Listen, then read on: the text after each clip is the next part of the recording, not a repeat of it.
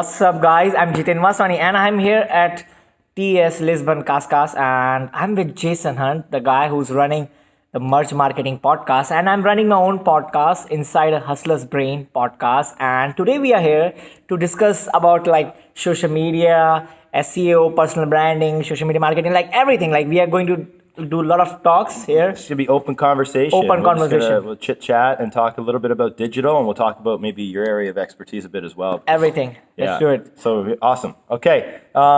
So I guess where are we going to go with this? So we can still start.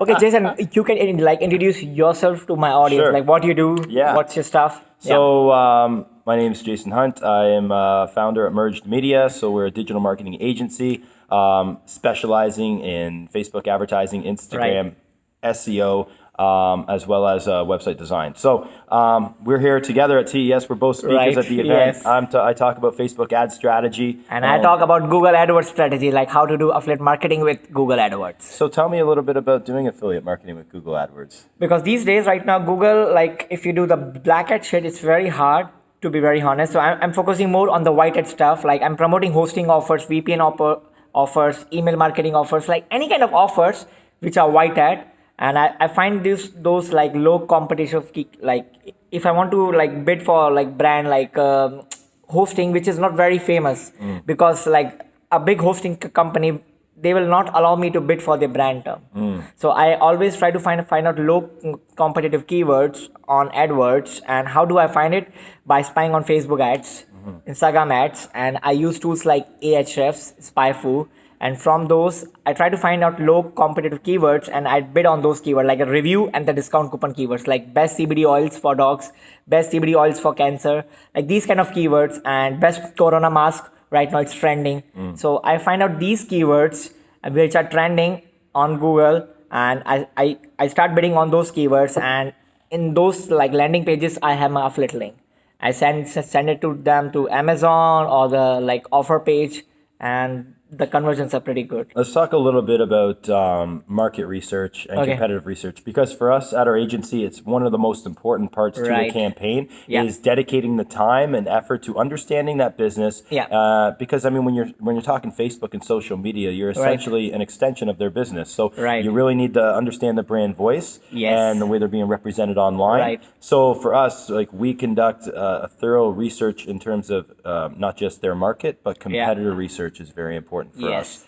So we'll go as far as going into obviously their page transparency on Facebook to see what the competitors are running. Because at the end of the day, we want to be doing better for our clients. Of course, so, for sure. That gives us, and also that gives you some clear insight into the language being spoken to, if the digital marketing agency or person for that company is doing a good job. Yes, for sure. I know. So maybe you could tell me a little bit about the competitive research and how you kind of conduct it. Like for the AdWords, right? For AdWords, For AdWords, like I use these tools like SpyFu and Ahrefs, and I find out low competitive keywords always, because for me, if I start bidding on this high competitive keywords, the CPC is always high. And I know how to find out these low competitive keywords, and I'm working with affiliate networks like ShareSL, CJ, Avon, Avangate, and all these platforms. Some of the brands like education brands like TEFL.IE. So this is the Ireland brand. They allow me to do brand bidding for the keywords like best TEFL courses in Ireland. They allow me to do brand bidding. They told me what are the shit you want to do on AdWords, you do it, you get us a sales. So I bid on their review keywords like TEFL.IE reviews, TEFL.IE coupon codes, because on like people are searching for these keywords. And how did I find it out? It's Google Keyword Planner, right? And Google Keyword Planner also. And I just spy like on my competitors through Ahrefs and SpyFu, like what kind of keywords they are bidding, like in education niche, like in health niche, any kind of niches. So I know how to find out these keywords, and these tools are very helpful. These tools are paid; they are not free tools. So I use these tools to find out these keywords, and these tools are really helping me to make a lot of money with low competition keywords. Only low competition. I'm not focusing on the high competition keywords. Like suppose the search volume is like 40. This 40 search volume in a month will give me at least 4 to 5 sales, and for like I'm going to share one of my campaign with your audience right now. Like I was bidding for the hosting like Pressable and you don't know this hosting, like Pressable, right? It's not famous, right? So Pressable? yeah. So like so many people, they don't know it. I know it. So this is a very low competitive keyword, and like people are searching for pressable reviews, pressable discount coupon, and I was bidding for those keywords, like 30 to 40 search volume in a month only. So that was my strategy. And I find out like a lot of these hostings, like hostings in Australia, hostings in UK, Singapore, they have a very low search volume and people are buying it. Review and the discount coupon. Like that's my strategy. Interesting. That's it. Let's talk a little bit for a second about like when you're onboarding a client. Yeah. Okay, because I'll tell you something. I mean, it's one of the most challenging things. Is it can be onboarding if things don't run smoothly, right? Yes, I know. Especially you don't have to be tracking down a client to get certain information, Yes. keywords, all that type of pertinent information that you need from your client. Yeah. If it's not provided up front, it creates not just a delayed campaign, but what happens every time you sell a new client, there's automatically going to be buyer's remorse. Yes. No matter what, the minute you buy anything, there's buyer's remorse. I know. Right, and so the whole if within that onboarding process, if it's not smooth, that buyer's remorse is just amplified, and it sets the bar for the entire relationship, and the leash for that client becomes very short. So, of course. How do you tackle onboarding a new client? Because right now I'm opening my digital marketing agency in India. Like if you've seen my Facebook status, like I have opened up my new office in India in Delhi. So now I will be taking more of the client-based work, because I have a co-founder who will be handling all this shit. I'm more on the affiliate-based side because I want to make money without any stress. Because before, when I started this like digital marketing journey, I was working with a lot of SEO clients, and they expect results like in 2 months. Like best hotels in Delhi, like this is a city, like the capital. How long does it take to get results, Steve? Like they expect results like fast. It's not possible in SEO. Like you need at least 6 months to optimize your website. Like they want to rank for high competitive keywords, like on the top page of Google, like in a short time, and it's not possible unless you do the black hat shit. Yeah. And us as well. We're white hat. Pure. I know white hat. Like this is the black hat shit. Yeah. I don't know. So maybe touch on a couple of the tactics that you would deploy for a client on Google and SEO, like when you're running both in tangent together. AdWords, like for the Google AdWords, like I'm focusing pure on affiliate marketing. Okay. Like, and the SEO stuff, like when I had my agency, like in the beginning, I was like literally like it was pain in the ass for me to handle these clients, and they expect results and they don't listen. A lot of clients have always like they want instant things, and it's not possible. Like instant optimization, everything they want instant, and it was getting hectic for me. I had a co-founder earlier, and we had a lot of issues on handling the clients. So I decided to skip this because it was wasting my time, and I was wasting my energy there. I was wasting my resources there. So I moved completely into affiliate marketing, where I was making a lot of money. So I audit myself. Like, Jason, you need to audit yourself. Like, okay, this is a thing. Like blogging, it gives me like $5,000 a month. Affiliate marketing is giving me $10,000 a month. So I audit myself at that time because the client work was pushing me back. It was a lot of stress. I was not able to sleep properly, and all the time I was replying to emails, and it was a huge stress for me. So I decided to move to like affiliate marketing. Now again, I'm getting into agency work. I have a co-founder, so we are hiring a new people because now I have the money. Because before like 4 or 5 years, I just started and I was not having enough capital at that point of time. Now I have enough capital. I have investments. So now I'm opening up my own agency, like a in-house office, and my co-founder, he will handle all the things. Like that's the stuff. Can you give an example of a recent campaign that you've run on Google AdWords where you've seen success, and maybe you can map out like the actual action plans that you took to bring success for that campaign? Like for the AdWords, okay. I'm going to share like one of the campaigns I was running for the hosting brand, and they allow me to bid on their review and the discount coupon. Hosting brand Pressable? No, I'm not going to share like that's like people will again start bidding on those keywords. That's it. Like because because you need to make a deal. Like if you want to bid on your brand, like merch media, right? So you will not allow everyone to bid for your brand, right? So they allow me because they think, okay, I can bring like 20 sales a month, and for every sale they are paying me like $200. So I find out those like keywords for the review, promo, and the discount coupon. Okay. So hold on. So let's back up. So you find the keywords for the review, discount coupon, and like promo codes. Okay. Because these keywords are being searched on Google. Yep. Right? Yep. So I started bidding for those keywords and I optimized my landing page. Like for the review keywords, I have a different landing page because for the review, people want to see the pros and cons. You are buying iPhone 11 right now. So you want to see the pros and the cons, right? It's very important. So positive keywords, negative keywords. Yes, everything, like every product have its own like pros and cons, right? No product is perfect, right? So that's it. So for the review, I have a different landing page, and for the coupon, it's very short, like BID 15. This is the coupon. Sign up right now, and you will get 20%, like to 10% discount. And the sales were high. It's interesting to talk about the differences because there are differences between the Facebook and Google side of it. You know, on Google, it's reactive to people typing something into a search engine. It's a search intent. Immediate result, right? So you're going to get naturally a quality click through Google. Yes. But Facebook, on the other side of it, when we run campaigns, you know, we're researching the objections people might have to purchasing Facebook ads are very complicated. Right. So, but that's one of the keys, right? It's mapping out the journey. So, to that cold audience, it's educating a cold audience on the product. From there, it's then addressing the objections on why somebody wouldn't purchase that product. Right, and then from there, it's further clarifying the authority by pushing a testimonial ad in front of them. Right, that's usually the way we do it. That's kind of like the other people do it different ways. Some people do a testimonial sandwich, testimonial features, testimonial, or testimonial video, testimonial. But we like to do just the awareness. Then you got to get them with the address the objections, and then hit them with a testimonial to get them to take that action that you want them to take. And Jason, you are running your own like agency, like. How long you have been doing this agency work and how stressful is this? So can you share your process? Sure. So I started this back in 2016. I was a sweat equity in the business. My brother-in-law was funding the business. Okay.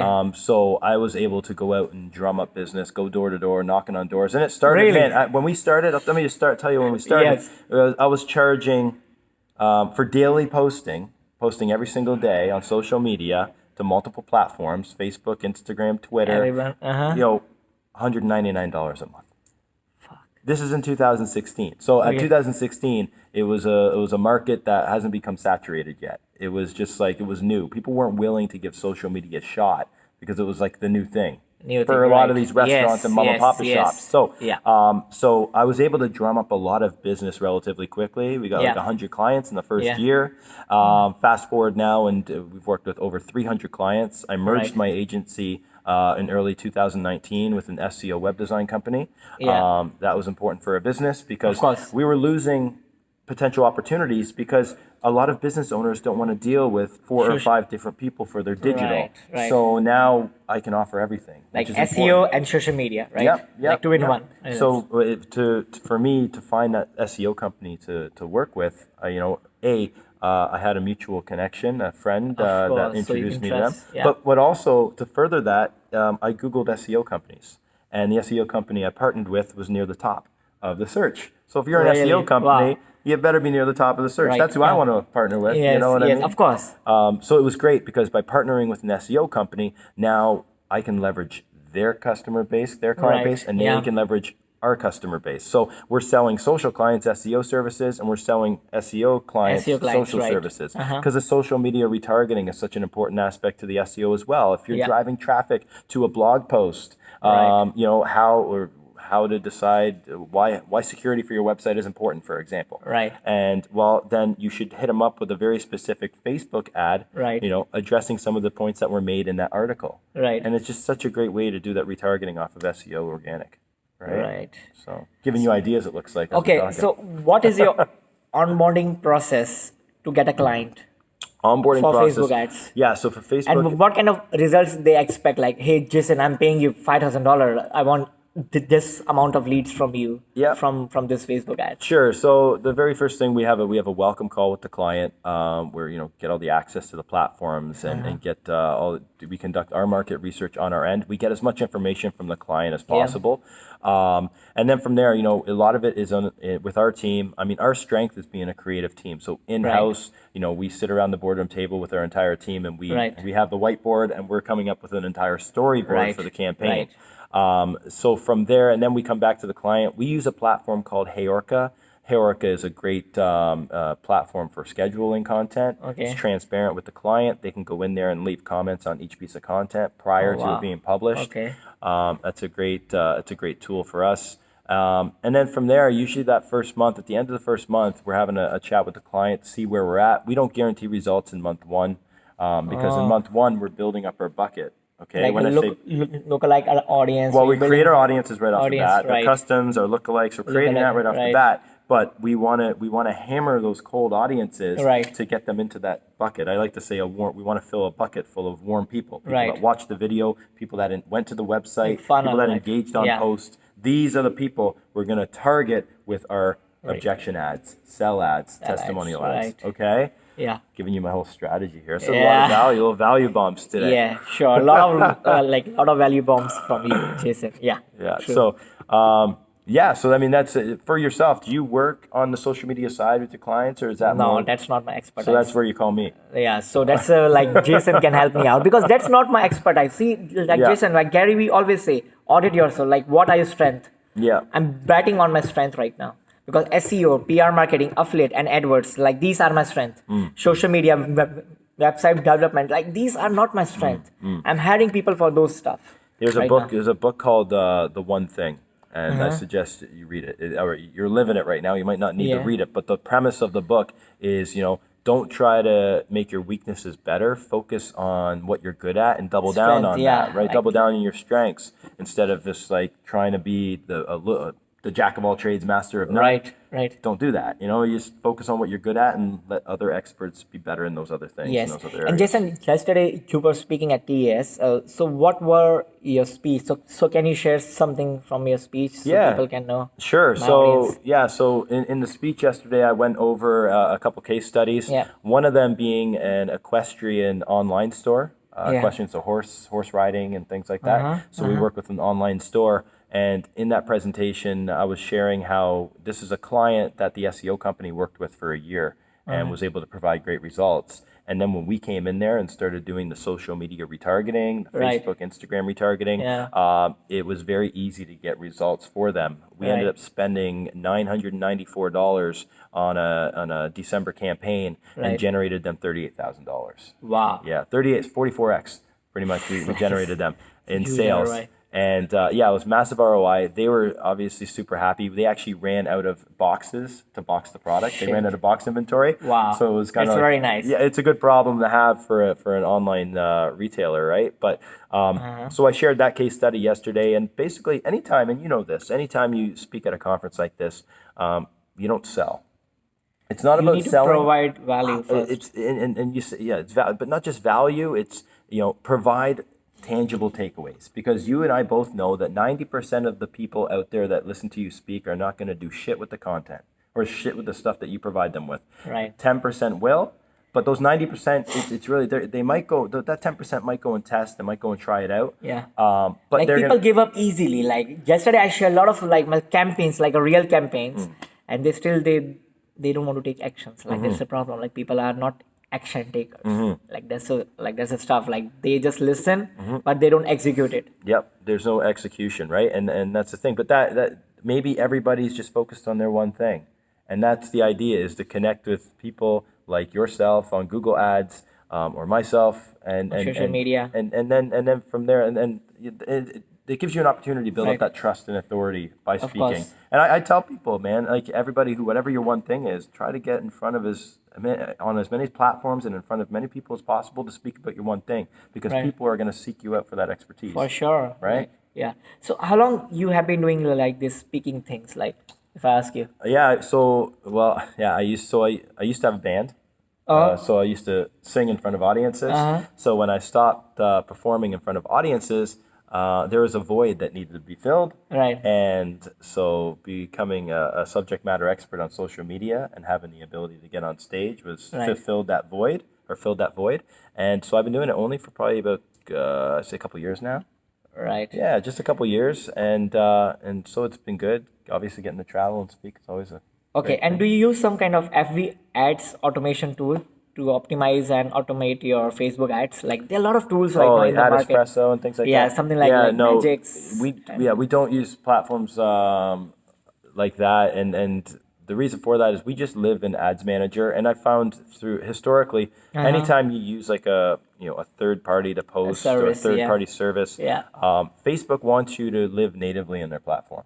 They want that. They want you to live in Ads Manager, right? We found that we've gotten more reach by scheduling content through Facebook in a lot of cases organically. Okay. Right. So our entire team, all of our processes are living in Facebook Ad Manager. So it's purely Ads Manager, like purely, Facebook. Yeah, exactly. So no other tools like that. Like it's totally pure. In terms of tools, on the SEO side, we work with a and lot social of media tools. Do you use some like social media tools to automate your campaigns, like on Facebook, like posting on? Yeah, so like for the organic stuff, we use that platform, Heyorka, for organizing that content. We use Slack for communicating Slack. a lot with and clients. All this, All that type of stuff. We use Basecamp.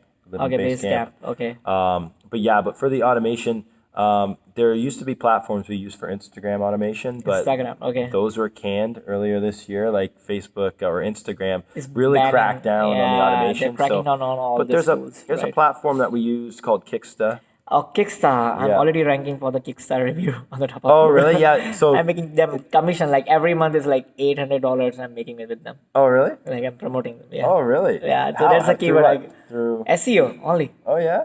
I'm ranking. Oh, so wow. that's why I'm making sales like every month with them. Interesting. Like I have my own blog, that is BloggersIdeas. So from there I'm ranking for a lot of keywords. And of course, I like SEO traffic. Sometimes it goes up, down, up, down. Yeah. Like there are a lot of algorithm updates like every day. Interesting. And what do you think, like new trends in digital marketing in 2020? New trends in digital. Well, TikTok. It's LinkedIn? So watching the emerging trends, like TikTok is an important one, right? Because TikTok is part of Facebook's audience network. Yes. Yes. Of course. So when you advertise on Facebook's audience network, there's a good chance you're going to see your ad on TikTok. I had a couple people at this show come up to me and say, "Hey, I saw your TikTok ad." I'm like, "What are you talking about?" Really? He's like, "Oh, well, because I'm running Facebook ads, and it showed up on TikTok." So it's not. It's a part of like it's a Facebook part of the audience, audience. right? Yeah, there's a couple other platforms as well. There's a Daily Motion is another website. Daily Motion, there's tons of websites and apps where your ad is going to show if you're running your ads through the Facebook platform, and you choose not to deselect audience network.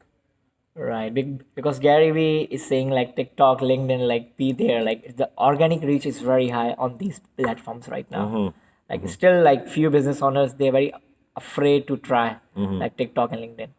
Yeah, they're really afraid to try. You find TikTok and LinkedIn. Yeah. I think that more like look, Instagram 5 years ago did not have half as many users as it has now, obviously. But in addition to that, the demographic of the people on Instagram was much younger because it was a new thing, right? Yes, so right now, TikTok, it's very young. Now, keep in mind, it's geared towards the behaviors of somebody young because it's short 15-second videos. It caters to the attention span of somebody that age. Right. So, but naturally, over time, you're going to, more and more 40 and 50-year-olds are going to gravitate to TikTok. They are, because the attention is there. Their kids are there. Their grandkids are there. Their kids are there. That's why people go to Facebook originally, is to see pictures of their grandkids and all that type of stuff. Yes. So naturally, as that attention and the content is being pushed on TikTok, that audience will follow. You know what I mean? Do you think like Facebook is going to buy TikTok? I don't know. I don't know. See, what Facebook has obviously done is just try to like grab the functions and features of other platforms and make it their own, like Instagram, Snapchat, like stories, Snapchat, filters, all that type of stuff, right? So I don't know. Snapchat is almost dead, I can say. Like I think the one thing about TikTok, are you on TikTok? I am, but I never get on it. I said this to you in Tel Aviv. I didn't use because I'm not have a time because these days, like Jason, I already have a team of 20 plus. Like I'm handling them like.